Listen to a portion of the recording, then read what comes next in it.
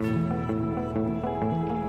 grew up in a family where culture was really important. Being out on the land and the water was something that we just grew up doing with our grandparents. I have children, and one day I'll have grandchildren. I want them to be able to come and see it, because you have an obligation to be here. You're obligated to our ancestors to be here just to help carry out a little bit what they started. I learned from the ocean from being Haida. It's knowledge passed on from my parents, my grandparents, my aunts, my uncles. Even as a young child, I started working on fish with my mother, and now I'm teaching my children.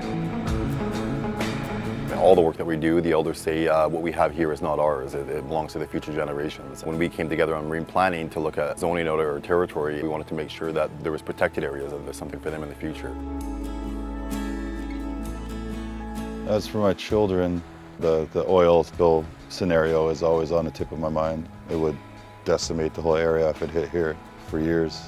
I'm very happy to have 3 generations here, my daughter Terza and my grandson Royce, in Hoyt, which is where my father grew up, and I would expect that they would be able to spend more time here than I did in my lifetime because they feel connected to this place at an earlier age than I have.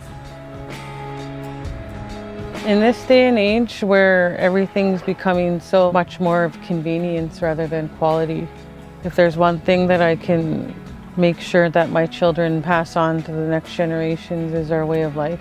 Our way of life has been the same since the beginning of time.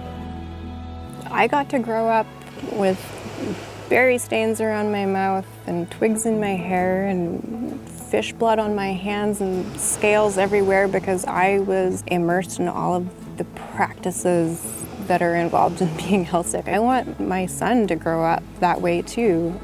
I want him to be able to walk into the forest unafraid because he can find the food that he needs to survive. I want him to grow up with trust in our territory that it will provide for him as long as he's invested in taking care of it.